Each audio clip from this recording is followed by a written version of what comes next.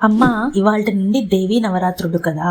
అసలు ఈ నవరాత్రులు 9 రోజులు మాత్రమే ఎందుకు చేసుకుంటామో తెలుసా? అయితే పురాణాల ప్రకారం మహిషాసురుడు అనే రాక్షసుడు చాలా శక్తివంతుడు. అతను ఏ పురుషుడు తనని చంపలేడు అని ఒక వరాన్ని పొందుంటాడు. అప్పుడు మహిషాసురుడిని సంహరించడానికి త్రిమూర్తులు అయిన పరమేశ్వరుడు, బ్రహ్మ, విష్ణువులు శక్తులు కలిసినప్పుడే ఈ దుర్గాదేవి అవతరించింది. ఆ రాక్షసుని సంహరించడానికి దుర్గాదేవి 9 రోజులు 9 రాత్రులు యుద్ధం చేసి 10వ రోజు విజయాన్ని సాధించింది. ఆ 9 రోజులు అమ్మవారి 9 అవతారాలు పూజిస్తారు. హా అమ్మ, మరో రహస్యం తెలుసా? ఈ 9 రోజులు మనలోని 9 దోషాలను తొలగిస్తాయి అని కూడా నమ్మకం ఉంది. అదే సమయంలో ఇది ఋతువుల మార్పు కాలం కాబట్టి శరీరానికి శక్తి, మనసుకి శాంతి. ఇంకోటి తెలుసా? మన శరీరంలో ఉన్న నవరంధ్రాలు దేవిని పూజించడం ద్వారా ఇవి పవిత్రం అవుతాయని భావన కూడా ఉంది.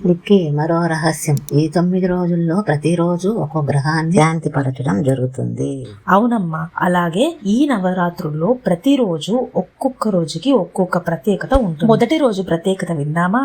నవరాత్రి మొదటి రోజు శైలాపుత్రి దేవిని ఆరాధిస్తారు. ఈమె పార్వతీపుత్రి అంటే హిమవంతుడి కుమార్తె. పార్వతీదేవి రూపం. శైలాపుత్రి తలపైన అర్ధచంద్రం, చేతిలో త్రిశూలం, నంది వాహనంపై కూర్చొని దర్శనమిస్తారు. ఈ రోజు కలశ ప్రతిష్ఠిత చేస్తారు. అంటే ఇది నవరాత్రులకి అధికారిక ప్రారంభం. అలానే ఈ పూజ వల్ల మనసుకు ప్రశాంతత వస్తుంది, చెడు ప్రభావాలు తొలగి శుభ ప్రారంభం లభిస్తుంది.